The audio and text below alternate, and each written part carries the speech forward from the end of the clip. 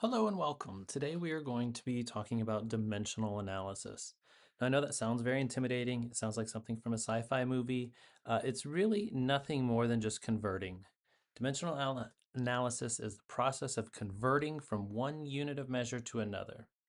Now, what's really nice is within the metric system, everything operates on powers of tens, and we just end up changing the labels, and multiplying or dividing by 10 just moves the decimal point to the left or to the right.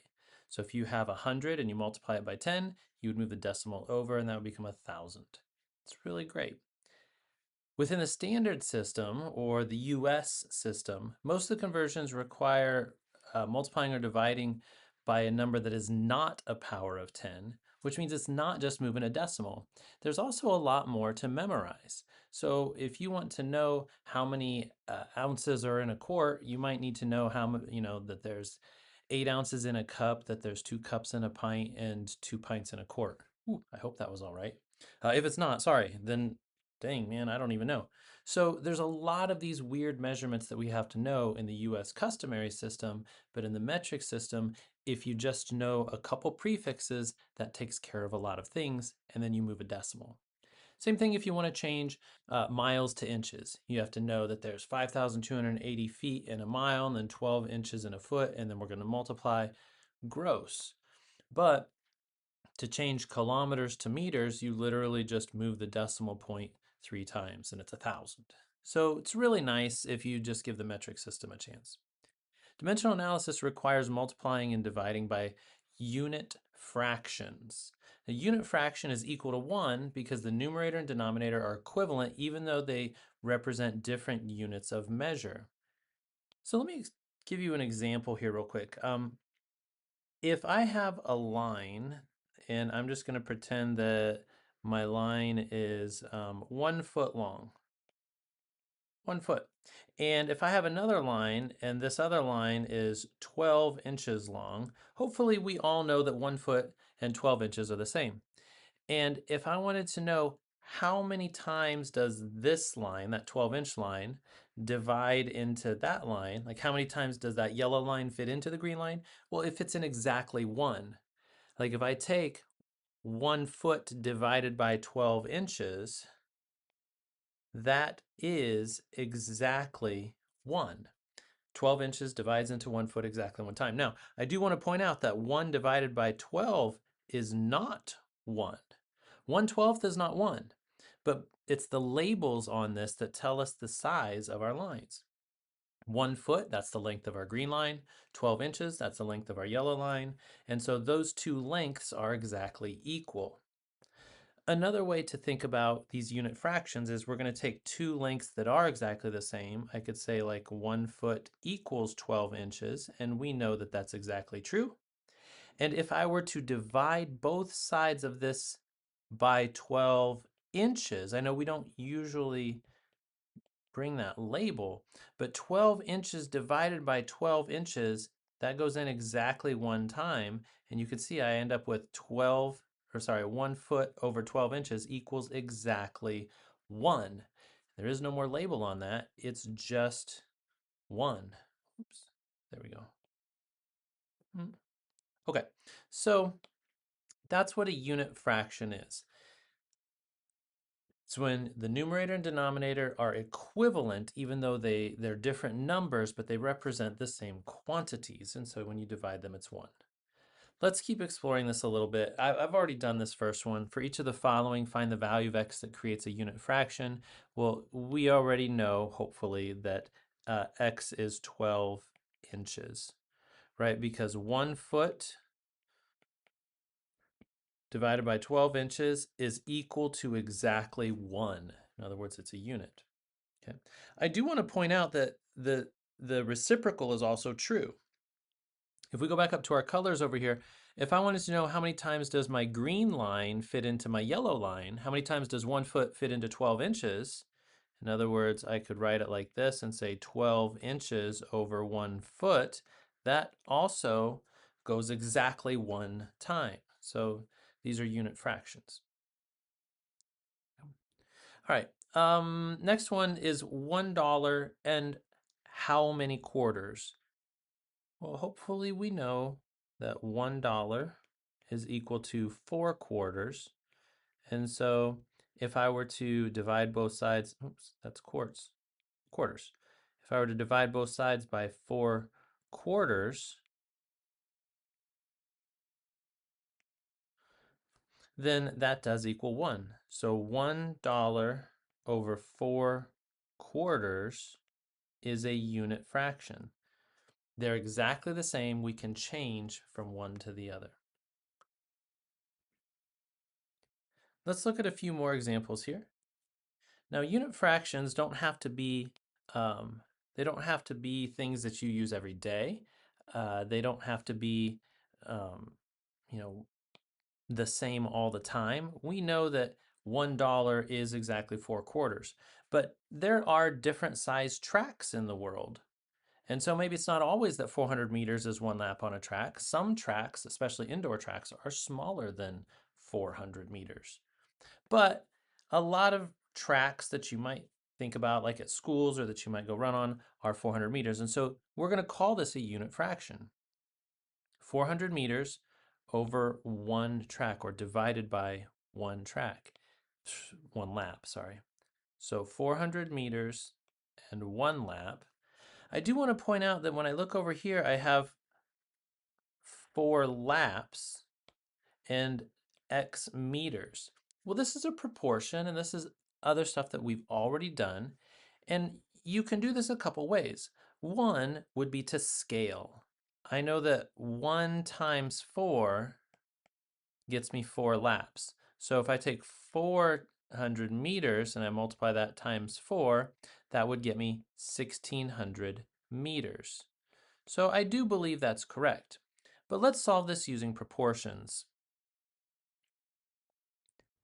We can multiply these cross products. We'll take x times 1 and get 1x, and we'll multiply this way. And we'll take 400 times 4 laps, and that equals 1,600. Now remember, if x is equal to 1,600, we would say it's 1,600 meters.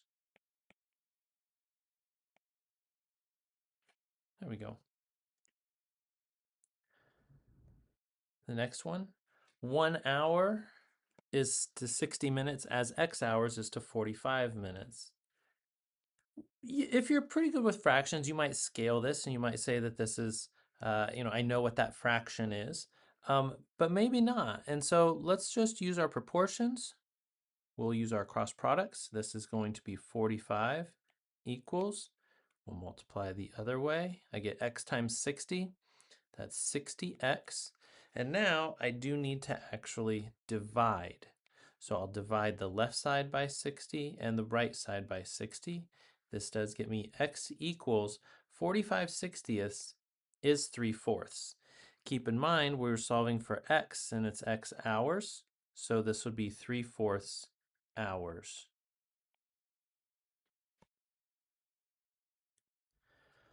One hot dog combo costs $1.50. And what if we wanted 27 hot dog combos? Looks like a good place for a proportion. That's 1x equals 27 times 1.5, or $1.50. So 27 times 1.50. This gets us then 40.5. So keep in mind that what we were looking for is a number of dollars, and so I get x is equal to $40.5. Please take a minute and actually write it like this though, because 40.5, like, okay, that's a fine answer, but saying $40.50 tends to make more sense when we're talking about money. Okay, don't forget your labels. This last one is kind of silly, but let's just say like it works for things that are even kind of nonsensical. If you define the unit fraction, we can then use that to scale one way or another. For example, maybe 2 giraffes need an area of 1 football field to graze in. Cool. Well, if we have 5 football fields, how many giraffes can we have?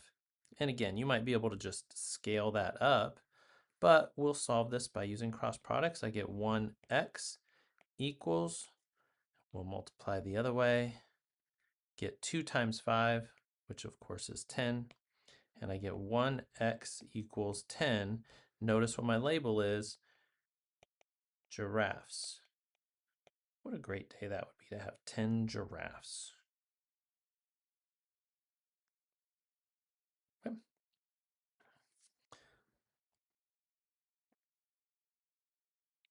Next, we're going to start talking about uh, using some of these unit fractions to convert. So far, we've just done some proportions and some cross multiplying and start to understand that the unit fractions are equivalent to 1. When we want to use these to convert, we're always going to start with the given measurement, and we're going to make sure to write units. The units are very important. I know plenty of students tend to think that the units don't matter, but this is why I gave you that example earlier where 1/12 is not equal to 1, but 1 foot over 12 inches is equal to 1. The labels make all the difference, so please make sure to write those units on there. If it isn't already, you want to write it into a fraction. Let's say we're going to be converting 37 inches. So I wouldn't just write 37 inches. What I would do is write this as a fraction and say 37 inches over 1. That's going to help us keep everything in line and help us to remember to reduce our labels appropriately. Next, we're going to multiply by a unit fraction that relates the unit you have to the unit you want. If I want to change this 37 inches into feet, then I need a unit fraction that relates inches and feet. Next, we're going to make sure that the units that you want to get rid of are on opposite sides of the fraction. That's very important, and I'm going to help you give you a technique to make sure that you do that consistently. Okay.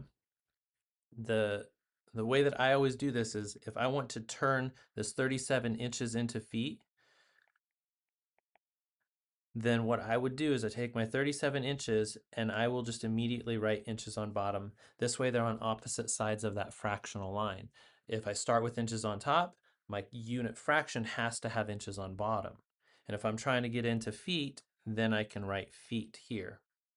By doing it this way, I now know that I'm going to use a unit fraction of 1 foot and 12 inches. Notice that the numbers 1 and 12 were the last thing that I put on there. I started out by first putting my label of inches. This is so that inches and inches will reduce out from each other. Once you have your unit fraction situated, you're going to multiply across the top and the bottom, and then you'll divide the final products. Okay? The only remaining unit, the only thing that's left, is going to be your desired unit. Go back to the one that we talked about just a second ago. This would be feet, and I would say 1 and 12. Of course, my inches cancel and my inches cancel. When I multiply straight across the top on this one, I would take 37 times 1 foot and get 37 feet. And then on the bottom, I would multiply across here. I'd take 1 times 12. Notice there is no more label.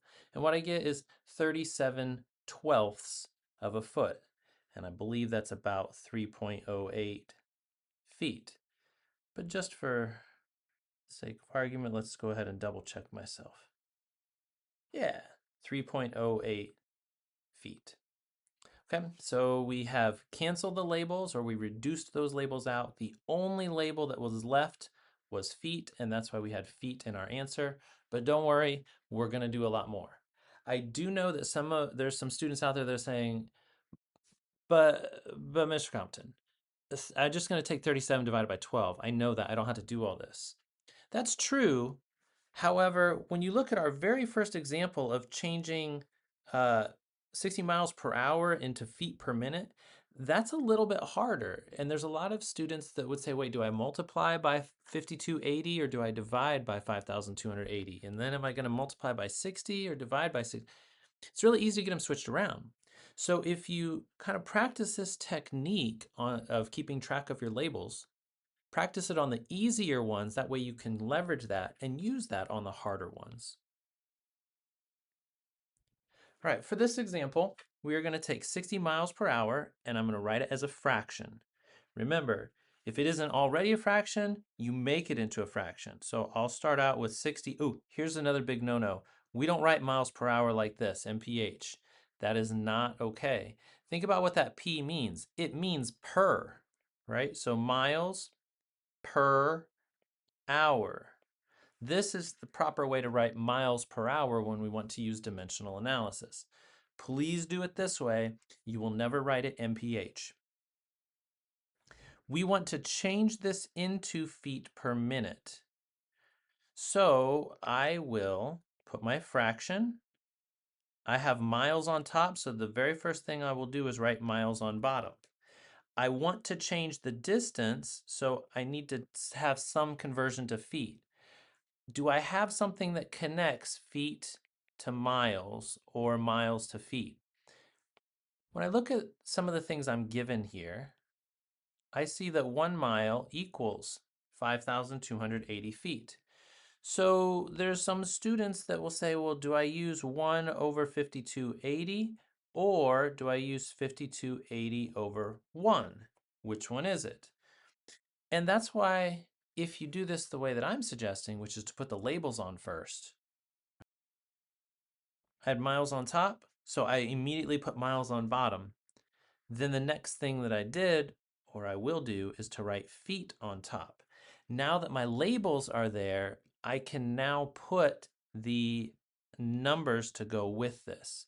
And when I look at the labels in my conversion, I see that 5280 goes with the label feet, and I see that 1 goes next to the label of miles. So I would put 1 next to mile, and I'll put 5280 next to feet. Now I know they're in the right place. My miles and miles, those will cancel, or they'll reduce out from each other.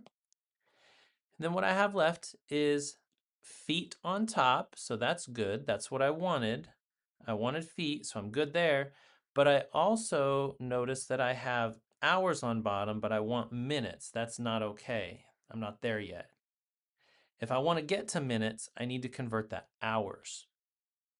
So the next thing that I'll do is write another fraction.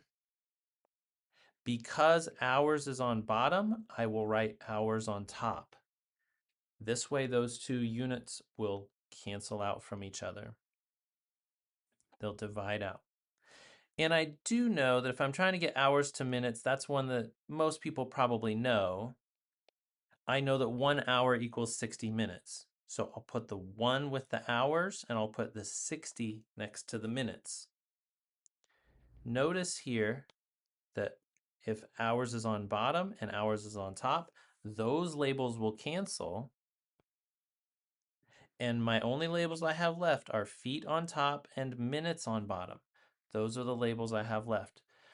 So according to our rules of what we're going to do, or our procedures, the next thing we'll do is to multiply straight across. So we take 60 times 5280 times 1. Notice if you're multiplying by 1, that doesn't really matter. But this does get us 316,800. Specifically, feet, because that's the only label we have up there on top. On bottom, I'll multiply 1 times 1 times 60. Well, 1 times 1 times 60 is just 60, and our label is minutes.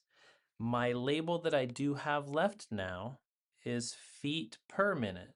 So I'll take this 316,800 and divide it by 60. So this does result in 5,280, with my label being feet per 1 minute. You can write it like this. That's perfectly fine. Or if you wanted to write it in a way that maybe the rest of society outside of math might write it, they might say 5,280 feet per minute. And both of these are just fine. They've been simplified on our calculator, and we're good to go. The next one that we're going to look at is to convert 8 cups per day to pints per year. So I'll start out by writing this as a fraction. So 8 cups per 1 day. The very first thing I'll do, if I have cups on top, I'll write cups on bottom. And I want to do cups into pints. So if this is one that you know, great. If not, we can look up at some that we're given, or you might even Google, do a quick search on some things, some conversions. I see 1 pint is equal to 2 cups. So I will put my label on. I have cups there. I'll put pints here. And now I'll put the numbers according to the label. 2 goes next to cups, and 1 goes next to pints. Nice part about this is cups and cups will cancel out. If I were to just multiply right now, I would have pints per day. But that's not what I want. I want pints per year. So I have to keep going. I need another conversion. I notice that I have down here days on bottom, so I have to put days on top. Now that I have days on top, do I know a way to get to years? Do I have a way to go directly from days to years? Yeah, of course I do. Hopefully we know this. We're going to not worry about leap years unless we're specifically told to do that, but we do know that 1 year is equal to 365 days, typically. So if days is on top, I can write years on bottom, and now I'll put the numbers according to the labels. 1 goes next to years, 365 goes next to days, and a really nice part about this, days and days will reduce. When I multiply straight across the top, I'm taking 8 times 365. That gets me 2920. Specifically 2920 pints, because that's the label that's left. I haven't canceled that out, right? Cups canceled and days canceled. All I have is pints. On the bottom, I have 1 times 2 times 1. That's just 2. And the only label that I have left that I didn't cancel out is years. So I have 2920 pints per 2 years. I'll divide the numerator by the denominator.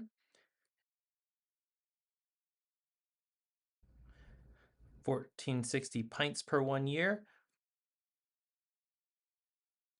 Let's go ahead and look to the next one here.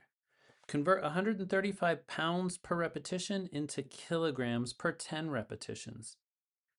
So we start with this.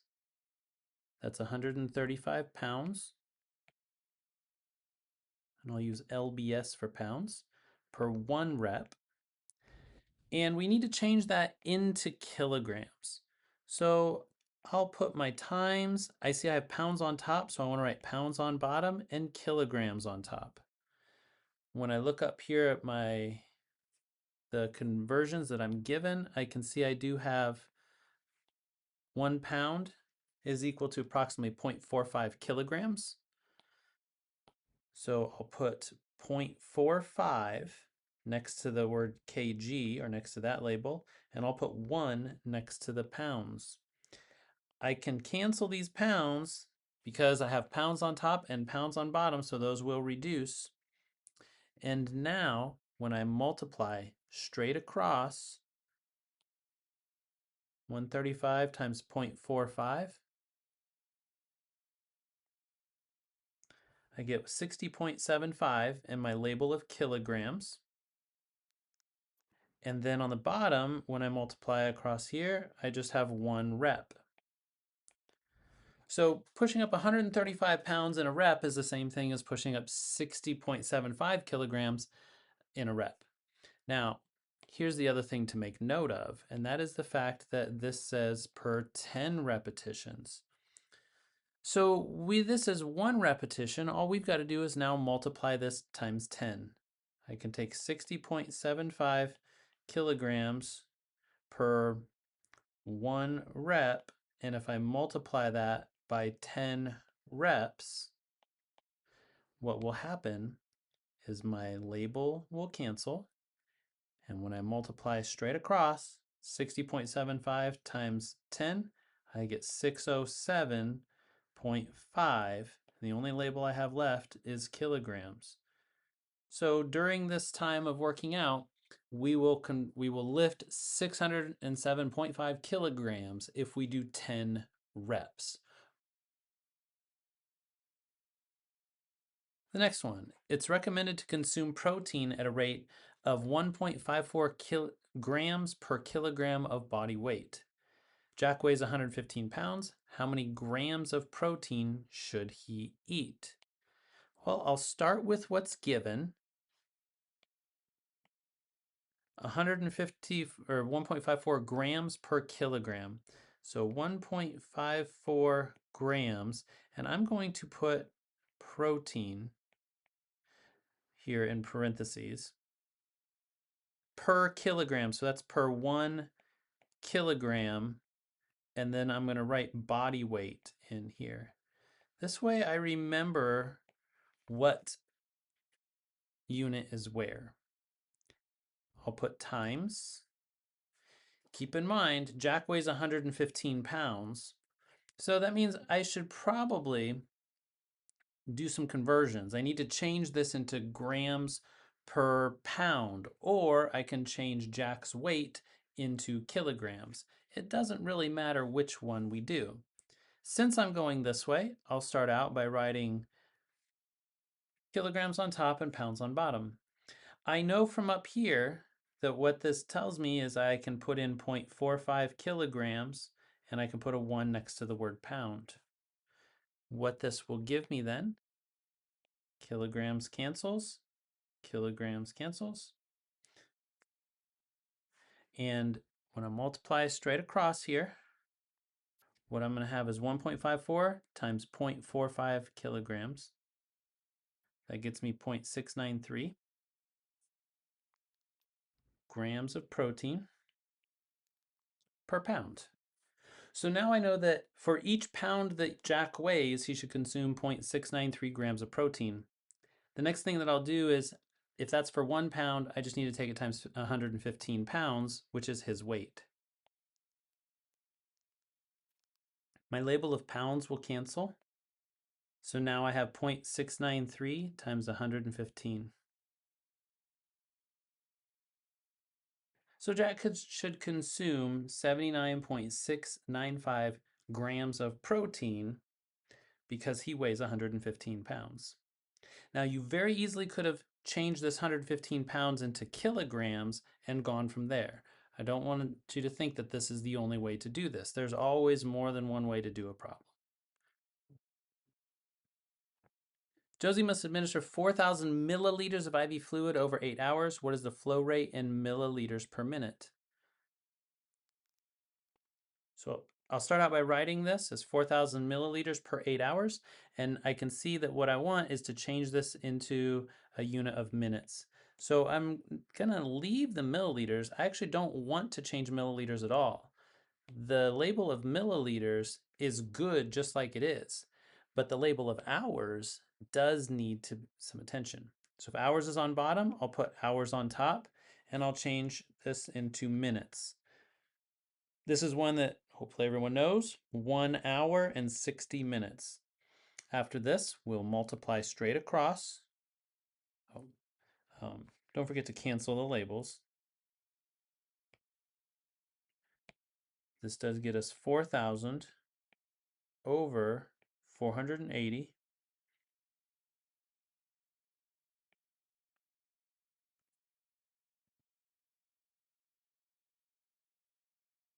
You can write either one of these and that would be fine. So 4,000 milliliters over 8 hours, that does come out to be, if you actually divide those out, that sounds like that would be 500 milliliters in 1 hour. And if you were to take 500 and take that 500 milliliters per 1 hour and divide it by 60 minutes, we should actually get the same thing. You see, we still get 8.33. So what I did with you just now was to explain it a different way. I don't care how you do it. There's lots of ways to do many of these things. Next, convert 570 square yards to square feet.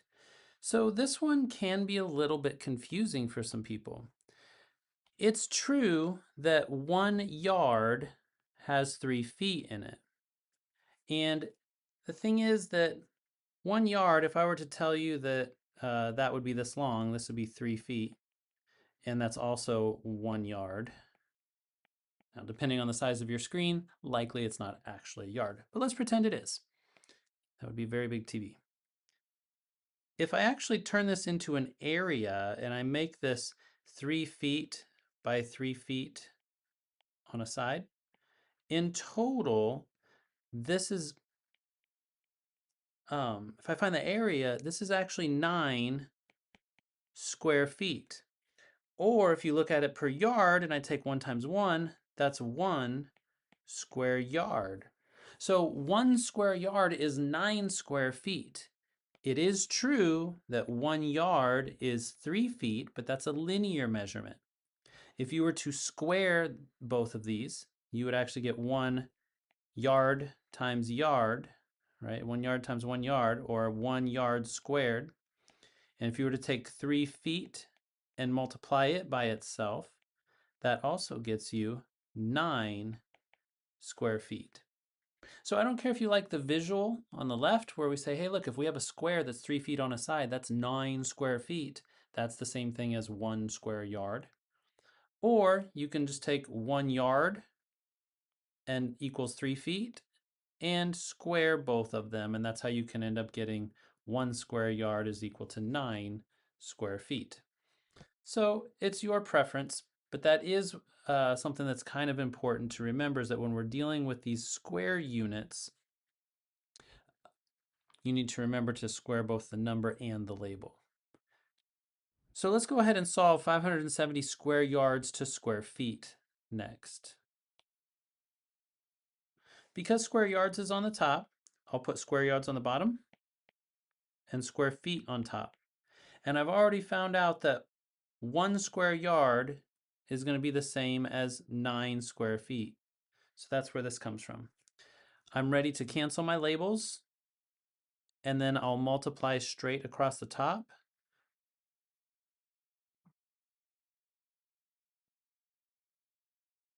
That's 5130 in the numerator and 1 in the denominator.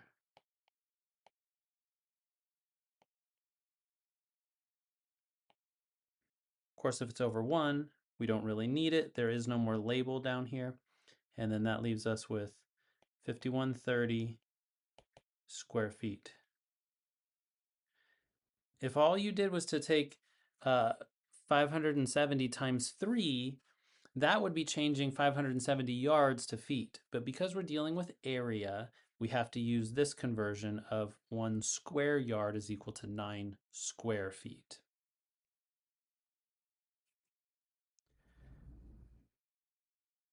Kyle averages 3.5 hours of screen time per day for 4 days a week. How many total hours of screen time does Kyle average per year? Kyle starts with 3.5 hours, and I'll put hours of screen. That way we don't confuse it with the denominator's label of time, which is per 1 day.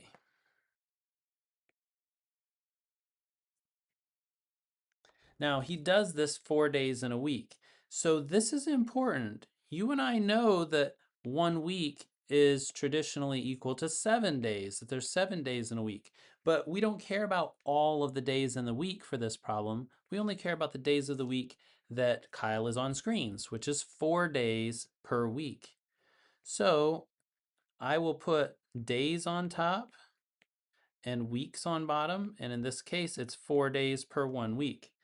If you were to just multiply this across, this would get you the amount of screen time per week.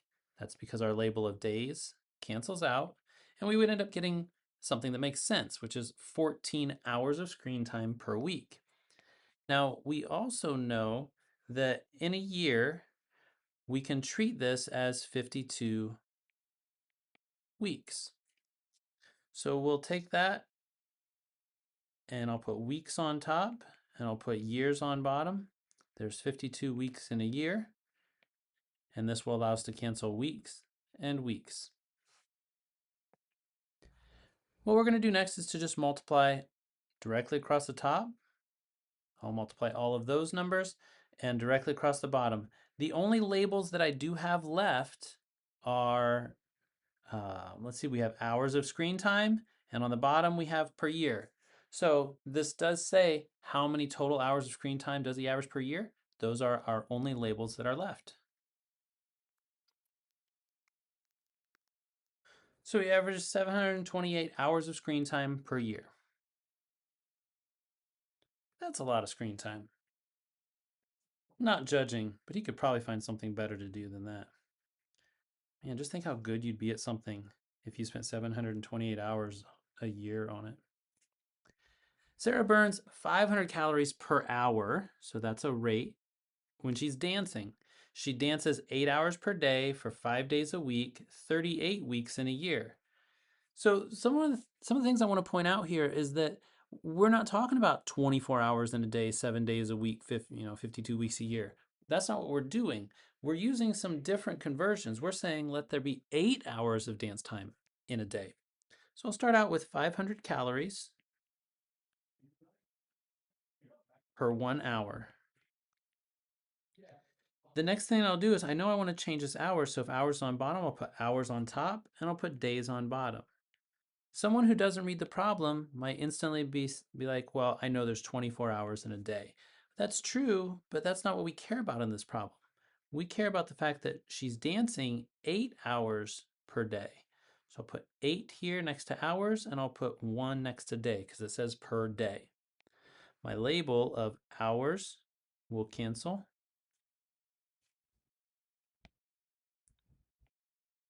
Now I have calories per day.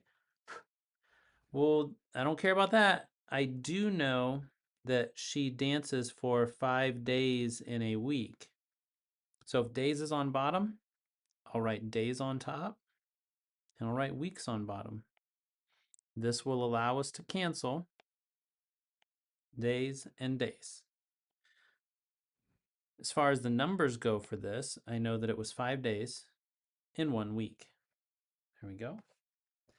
Right now, the only labels that I have left are calories per week. That's not quite what I want. I want to know how many calories will Sarah burn in a decade. Oh, a decade and a half. Ooh, we'll get to that. So let's keep going. And we'll say that with weeks on bottom, I'll put weeks on top, and I'll put years on bottom. So according to this problem, we're told that Sarah is going to dance for 38 weeks in a year. So I'll put 38 in here and 1 down there. When we go to look at what cancels out, I see that weeks cancels with weeks.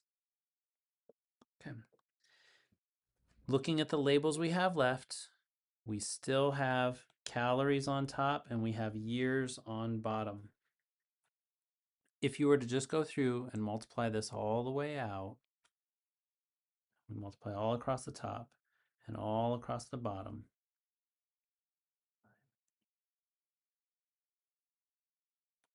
this gets us 760,000 calories per year. The question isn't how many calories per year she loses, but rather how long or how many calories will Sarah burn in a decade and a half?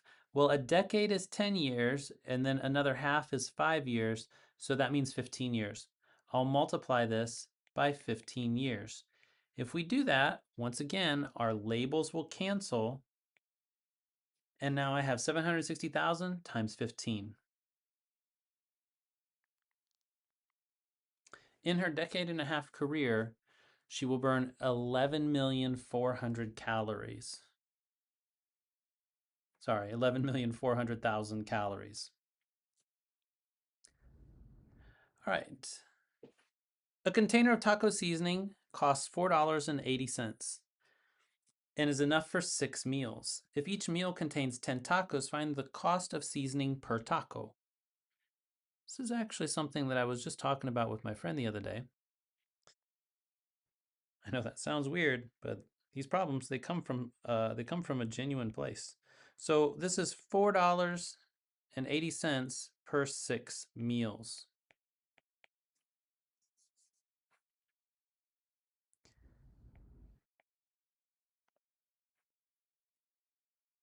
If each meal contains 10 tacos, okay, well, I'll do this. I'll write meals on top and I'll write tacos on bottom. The reason for that is so that our labels will cancel. Meals cancels with meals. I now have cost per taco. And I'm told that each meal will contain 10 tacos. So I can put 10 next to, whoops, I'll put 10 next to tacos and I'll put 1 next to meal.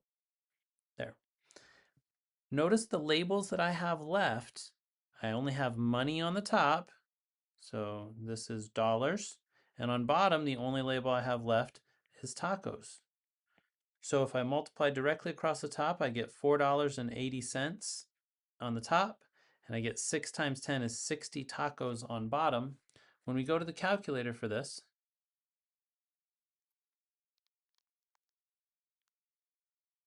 you can see we get those two. There's two different ways of writing the same thing. So the seasoning costs us about 8 cents per taco. Leah drives an average of 40 miles per day, 5 days per week. If Leah's car averages 20 miles per gallon and a gallon of gas costs $4, how much does Leah spend per year on a gallon of gas? How much would she save per year if her car averaged 50 miles per gallon instead of 20? There's a lot of information there. And when we have this much information, we really need to make sure that we understand what's being asked and how to organize our problem so that it makes sense to us. I see that Leah drives an average of 40 miles per day. I'm just going to start with that. Let's make sure that we get that on the board, so to speak. 40 miles per 1 day. The next thing that I'm told is she drives 5 days a week. So I'll write days here and weeks here. Again, this isn't a case where we can just say, oh, there's 7 days in a week. We don't care there's 7 days in a week. We're concerned with about her driving. And we're told that she drives 5 days per week. So our conversion we're going to use is 5 days per 1 week. When we cancel our labels, you can see that what we have left now is miles per week. That's great, but that's not what we want. Okay. Ultimately, this says, how much does Leah spend on gas per year? That's the first question we're going to ask. Right now, we're in miles per week. If you want to multiply that and get that number, that's fine. I'm going to keep going so we actually have this all in one go. So I need to change this into years. So weeks is on bottom, so I'll put weeks on top, and I'll put years on bottom. This doesn't tell us that Leah takes any time off, so we're going to assume that there's 52. She does this drive 52 weeks in a year.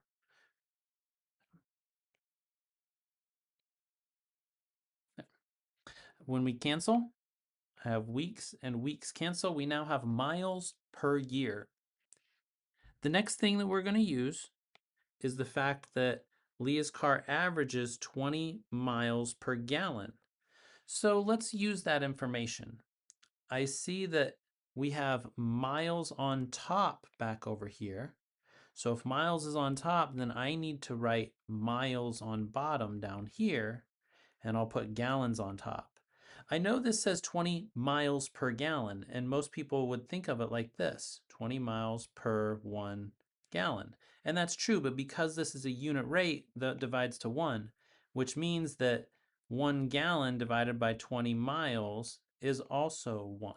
And that's why I'm going to use this one here, and I'll say 1 gallon and 20 miles. The reason I used that is because the labels worked out. If miles was on top over here, then I had to have miles on bottom over there, so they cancel. Right now, the only label I have left is gallons per year. And then the last thing for me to notice is I want to say, how much does she spend? Well, a gallon of gas costs $4. So the very last conversion that we're going to do on this problem is I can get rid of gallons. I can put gallons here and I'll put money here. Tells me $4 per 1 gallon. Gallons cancels. The only labels I have left, look across the top here. I have money on top, and when I look across the bottom, all my labels have canceled except for year. And the question says, how much, so money, does Leah spend per year? Those are my only labels I have left. This is now a calculator problem where we just multiply all the numbers directly across the top.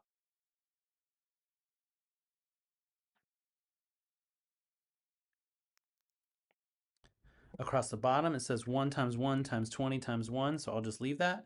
So I'm going to take 41,600 and divide it by 20. So if her car travels 20 miles per gallon, she'll spend this much on gas. Now, if I were to do the exact same thing, but notice how much would she save if her car averaged 50 miles per gallon?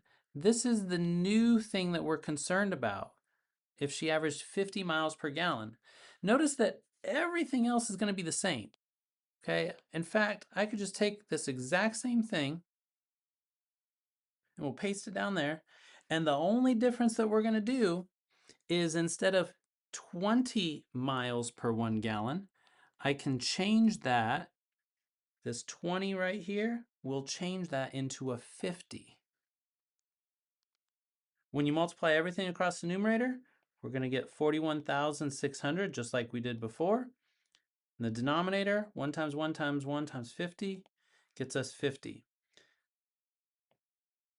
So when we divide these two, she gets $832 per year. The last little bit was, if I really want to answer this question carefully, it says, how much would she save per year? See, 832 is how much it would cost her per year if her car averaged 50 miles per gallon. But this says how much will she save compared to the 20. So the last little bit that I'm going to do is to take 2,080 that she would be spending per year and subtract off our 832, which would be how much she would spend if she bought a new car that got 50 miles to the gallon, and then we subtract those. If I did this right, I think we get that. So she will save, saved. She'll spend $1,248 less per year if she were to upgrade her car to get something that uses 50 miles to the gallon instead of 20 miles to the gallon. There are lots of ways to solve that problem. Okay, so please don't think that just because I show you one way that this is the way you have to do it. There's a lot of people who would not take the time to go through and write all this out in one line. They would say, nope, I'm just going to do this a little bit at a time. Let's figure out how many miles per week she drives. Let's figure out how many miles per year she drives. Let's figure out her cost. Like, that's great. Do it a different way. I just kind of wanted to show you that, yes, you can actually do this all in one line if you're careful with your labels. That's all. Ethan drives 8 miles to campus. If he drives at an average speed of 48 miles per hour, how long does the trip take? If he increases his speed to 64 miles per hour, then how long would the trip take? So we have two questions going on here. And let's go ahead and answer just the first one. I see that Ethan's driving 8 miles to campus. So I'll start out by writing 8 miles. And I like to write these as a fraction, so I'll just put it over 1. The next thing that I notice is it's 48 miles per hour. Remember, that's a unit rate, 48 miles per 1 hour. But remember that we can also switch that over and say 1 hour to 48 miles. That's going to be our conversion that we're using here. So I see that miles is on top, which means my very first conversion I'm going to use is miles on bottom. That means I need to use that one. So I'll put hours on top, and I can say 1 hour and 48 miles. When I multiply, well, first of all, I'll cancel my labels and multiply directly across the top. This is 8 hours over 48. And when we use our calculator for this,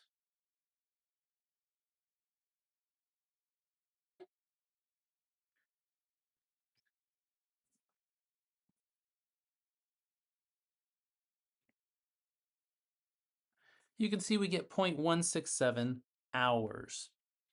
Now, if you wanted to find out how many minutes that was, you would just multiply by 60 and figure out that in minutes. It's probably even a little bit nicer. But I'm just going to leave it like this because it doesn't say to do that. There's nothing wrong with doing that conversion though.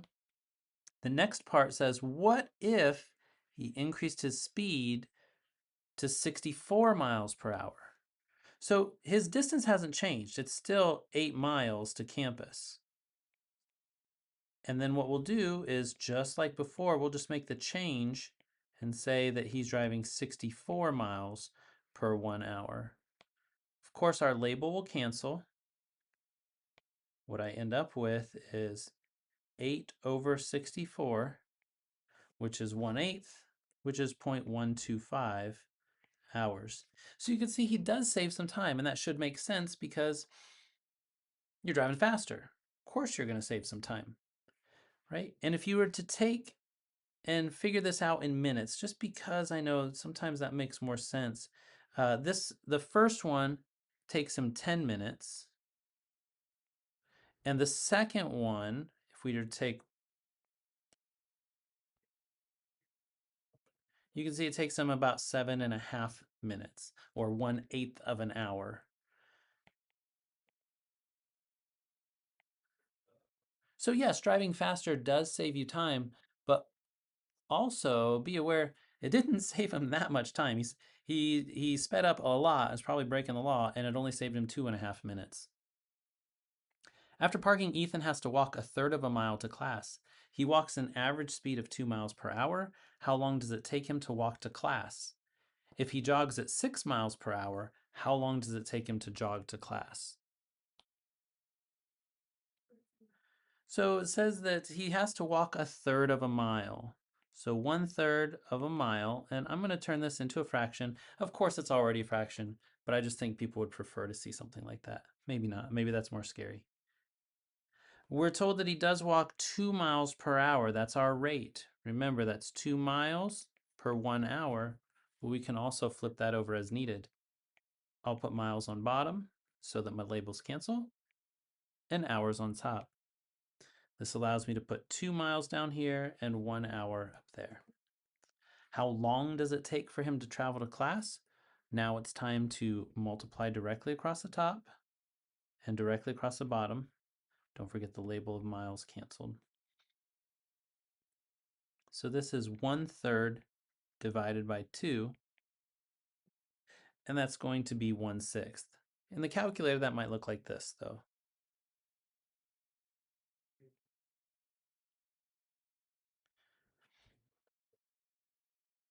Oops.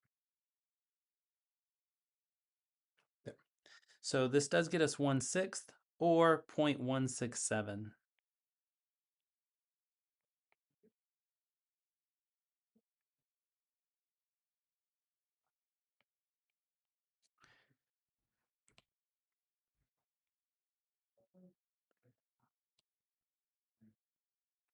Just like before, if you wanted to convert that into minutes, you absolutely could. All we would do is to take that answer times 60, because that's the number of hours that we have. So he then has a 10-minute walk. If he decides to jog, says, hey, I'm running a little bit late, and he's going to jog at 6 miles per hour, how long does it take for him to get there? We're still going to use that same 1/3 of a mile, and I'll put miles on bottom, and I'll put hours on top. says he's jogging at 6 miles per hour. So I'll put 6 next to the miles and 1 next to the hours. Of course, my labels cancel. And now I have 1/3 divided by 6. That's just going to be 1/3 times 1/6, or 1/18. And we can confirm that by using the calculator. And that does get us 0.055. Or if we were rounding, I guess it'd be 0.056 approximately.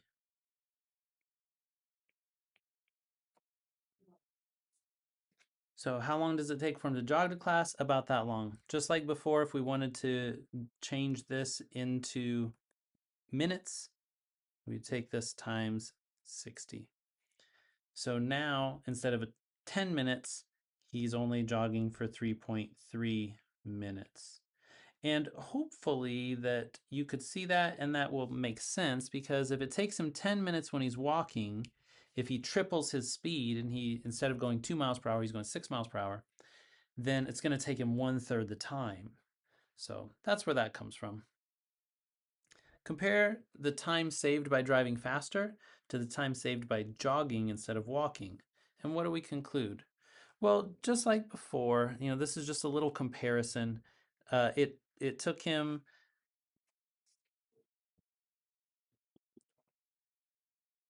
10 minutes driving, and then if he sped up, then he was able to speed up and he could save a little bit of time, right? It went from 10 minutes down to 7.5 minutes. So he was able to save 2.5 minutes by driving much faster.